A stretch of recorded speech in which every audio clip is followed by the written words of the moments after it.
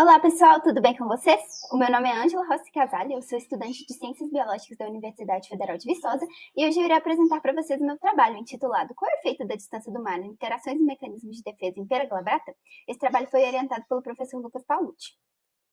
O estudo foi realizado nas Caatingas, ecossistema costeiro que faz parte do bioma Mata Atlântica, sendo formado durante o período quaternário através de processos de regressão e transgressão do nível do mar. São ecossistemas extremamente vulneráveis, pois fazem a transição entre porções continental e marinha.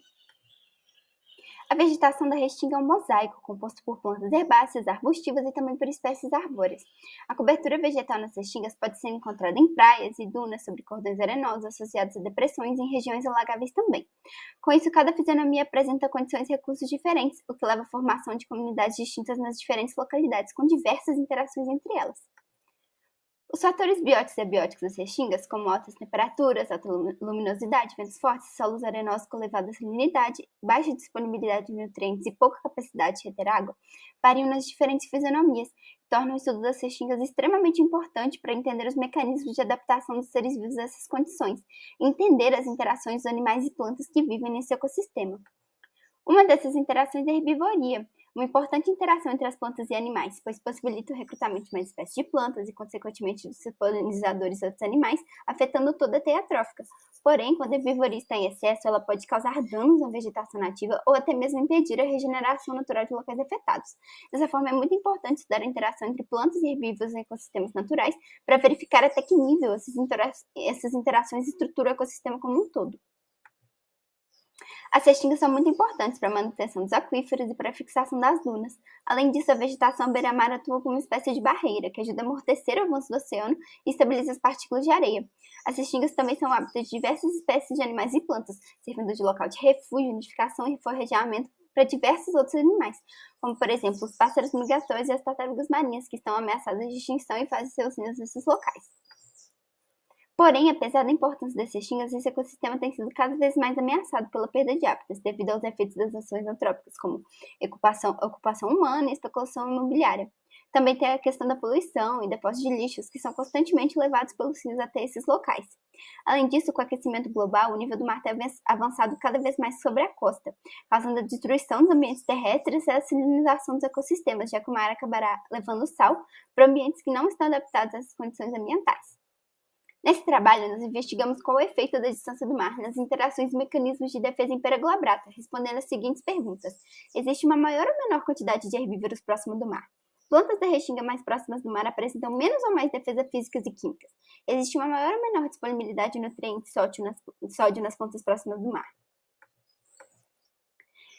O local onde foi realizado o estudo é o Parque Estadual de Itaúnas, uma unidade de conservação de proteção integral localizada no município da Conceição da Barra. Esse parque é o mais visitado do Espírito Santo, atraindo diversos ecoturistas devido às suas belezas cênicas, sítios arqueológicos, esportes aquáticos e trilhas, além de ser um importante local de reprodução de tartarugas marinhas e diversas outras espécies de fauna e flora. Nesse parque, as restingas ocorrem nas planícies costeiras, sendo essa a fisionomia estudada. As coletas foram realizadas em duas trilhas do parque, a trilha do Buraco do Bicho, localizada mais próxima do mar, e a trilha da Borboleta, localizada mais distante do mar. Nessas duas trilhas foram demarcados pontos de coleta pela presença da espécie vegetal pera glabrata. Foram marcados 34 pontos ao longo das duas trilhas, sendo encontradas 18 árvores na trilha da Borboleta, que é a mais distante do mar, e 16 árvores na trilha do Buraco do Bicho, a mais próxima do mar, totalizando esses 34 pontos, distantes aproximadamente uns 200 metros um do outro. Agora, falando sobre a espécie de estudo, a espécie pera glabrata é uma planta de porte arbóreo da família Peraceae que apresenta uma ampla distribuição ao longo do território brasileiro, estando presente em todos os biomas nacionais e sendo muito abundante no local do estudo. Além disso, a espécie é uma eficaz dispersora de sementes, servindo como fonte de alimento para diversos animais, é heliófila de sol pleno e apresenta poucas exigências hídricas e de solo.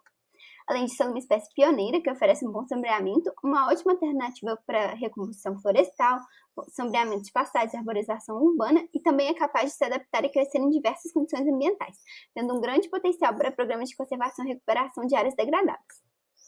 E como foi feito esse estudo? A coleta foram feitas nas árvores de pera glabrata. Para mostrar nos herbívoros, um galho foi sacudido dentro de um guarda-chuva entomológico e os insetos que estavam nesse galho foram colocados em sacos plásticos com álcool. E em laboratório nós utilizamos uma lupa e fizemos a separação desses animais, dividindo eles entre herbívoros e não herbívoros. Também foi feita a análise da dureza foliar, através do cálculo da área foliar específica. Para isso, foram coletadas 2 folhas de cada árvore de pera glabrata. Essas folhas foram colocadas em sacos de papel e prensadas, com o objetivo de manter sua forma. Nós cortamos 2 discos circulares de 16 milímetros de diâmetro de cada uma das folhas. Esses discos foram pesados e, por fim, nós fizemos os cálculos, né, da área foliar específica. Também foi feita a quantificação do sódio foliar presente nas folhas de pera glabrata. Foram utilizadas 10 folhas de cada árvore. Essas folhas foram condicionadas em sacos de papel e levadas para o Departamento de Solos para a realização das análises. Departamento de Solos da UFV. Também foi feita a extração e quantificação dos compostos secundários, fenólicos totais e taninos condensados, que são compostos produzidos pelas plantas como uma defesa química contra a herbivoria. Para isso, 5 folhas foram coletadas de cada árvore, totalizando 170 folhas. Essas folhas foram condicionadas de geladeira no laboratório. As folhas foram pesadas e trituradas em um mixer junto com 20 ml de acetona 80% durante 5 minutos. Elas foram centrifugadas durante 10 minutos a 3.500 rotações por minuto a temperatura de menos 5 graus Celsius. A solução em suspensão foi filtrada e armazenada e esse processo foi feito em triplicata com o objetivo de maximizar a extração dos compostos. Também foi feita as análises estatísticas, foi feita uma análise de variância nova utilizando software R. Como variável explicativa, utilizamos a distância do mar, e as variáveis resposta foram o número de herbívoros, dureza foliar, sódio foliar, taninos totais e taninos condensados. Para o número de herbívoros, a gente utilizou a distribuição Poisson, e para as demais, a gente utilizou a distribuição normal.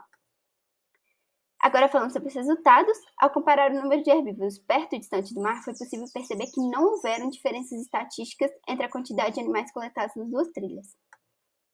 Já em relação à análise da dureza foliar, a gente também pode afirmar que não foram observadas diferenças significativas entre a dureza foliar das plantas coletadas. Em relação à quantificação do sódio foliar, foram encontradas quantidades similares em ambas as trilhas do estudo, porém, foi observada uma grande variação entre os pontos, tanto distante quanto próximo do mar. Em relação aos fenólicos totais, essa figura mostra que a planta não está produzindo de maneira significativa quantidades diferentes desses compostos perto e distante do mar. E a mesma coisa em relação aos taninos condensados, que mostra que a quantidade produzida pelas plantas foram similares em ambas as trilhas do estudo, não havendo diferenças significativas entre elas.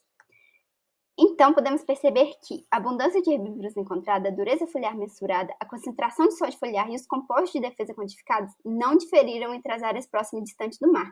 Assim, a distância do mar na fisionomia estudada não interfere em interações e mecanismos de defesa em pera glabrata. Após analisar os resultados, é possível perceber que podem existir outros fatores, além dos que foram estudados nessa pesquisa, interferindo nas interações e mecanismos de defesa das plantas, como, por exemplo, a quantidade de nitrogênio presente nas folhas, pois plantas submetidas em condições mais estressantes, como alta salinidade, luminosidade, ventos fortes, tendem a aumentar a concentração de nitrogênio em suas folhas, elemento muito procurado por herbívoros. Além disso, o parque tinha a presença de dunas ao longo de toda sua extensão, o que faz que o solo seja mais arenoso, o que interfere na produção de estrutura de defesa das plantas, pois existe uma alocação de recursos para se fixarem tanto nas dunas quanto na areia da região à beira-mar, explicando os resultados similares de dureza foliar e compostos secundários encontrados. E com isso, a gente pode perceber que vários fatores que atuam na modulação da herbivoria, como dureza foliar e fenólicos totais e taninos condensados, não variaram com a distância do mar. Isso nos mostra que os herbívoros encontram alimentos palatáveis ao longo de toda a fisionomia estudada. Além disso, a gente encontrou grandes variações de sódio foliar entre os pontos, devido à presença de um spray salino, que é trazido pelas ondas e carregado pelo vento, formando um gradiente natural salino em manchas, o que faz que o ambiente seja extremamente dinâmico. Esse resultado mostra a grande plasticidade e adaptação da planta em lidar com essas variações de sódio do ambiente. Além disso, tivemos resultados constantes de dureza foliar e compostos secundários, que mostram que a espécie mantém sua produção de suas defesas físicas e químicas contra a herbivoria constante, independentemente da distância do oceano. Isso mostra a grande estabilidade dessa fitofisionomia e o grande potencial que esse ecossistema possui de permanecer constante em meio às mudanças e variações do ambiente. E isso mostra que as restingas desempenham a função de amortecedoras, pois as vegetações litorâneas podem conter o avanço de marés e diminuir o impacto dos tsunamis. Isso nos mostra a importância de preservação desse ecossistema como forma de mitigar os efeitos e consequências das mudanças climáticas. Além disso, isso também nos mostra a importância do levantamento de espécies e análise das condições litorâneas, pois inclusive a herbivoria é um processo que tende a aumentar com o aumento do nível do mar e como consequência do aquecimento global. Então é importante entender como isso vai acontecer nos próximos anos.